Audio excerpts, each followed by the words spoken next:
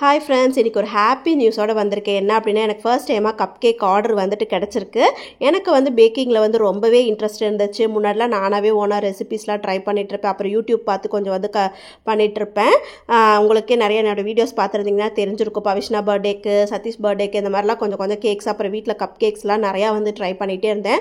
But வந்து ப்ரொஃபஷ்னலாக நம்ம வந்துட்டு லேர்ன் பண்ணோம், ஒரு பிஸ்னஸாக ஸ்டார்ட் பண்ணலாம் அப்படின்னு என்னுடைய ரொம்ப நாள் கனவுனே வந்துட்டு சொல்லலாம்.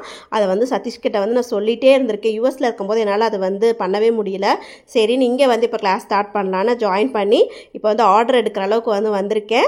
ஸோ நம்மக்கிட்ட எனக்கு ஃபர்ஸ்ட் டைமாக வந்து ஆர்டர் கொடுத்தது வந்து யாருன்னு பார்த்தீங்கன்னா, பவிஷ்ணாவுடைய ஃப்ரெண்ட் சோஃபியா. அவங்க அம்மா தான் வந்து ஸ்கூலில் வந்து பர்த்டே செலிப்ரேட் பண்ணணும், கிட்ஸ்க்காக வந்து 10 வந்து வெனிலா கப் கேக், 10 வந்து சாக்லேட் கப் கேக், டோட்டலாக வந்து 20 கப் கேக்ஸ் வேணும்னு கேட்டிருந்தாங்க. நான் சாம்பிளுக்கு வந்து ஆல்ரெடி செஞ்சு அவங்களுக்கு வந்து கொஞ்சம் வந்து கொடுத்துருந்தேன்.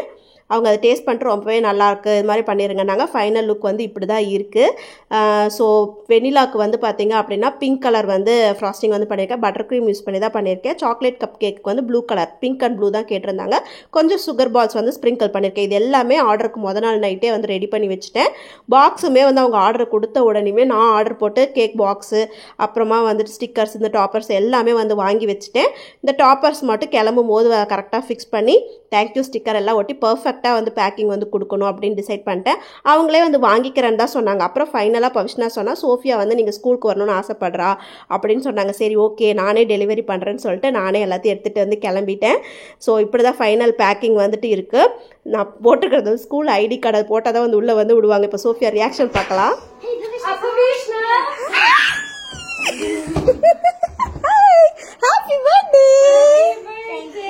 நிஜமாவே அந்த குழந்தை என்னை பார்த்து இவ்வளோ சந்தோஷப்படுவான்னு நான் வந்து எதிர்பார்க்கவே இல்லை. பவிஷ்ணா சொல்லலைன்னா அது கண்டிப்பாக வந்து மிஸ் பண்ணியிருப்பேன் நான். ஸோ பவிஷ்ணாக்கு தான் அந்த கிரெடிட்ஸ் வந்துட்டு போகும்.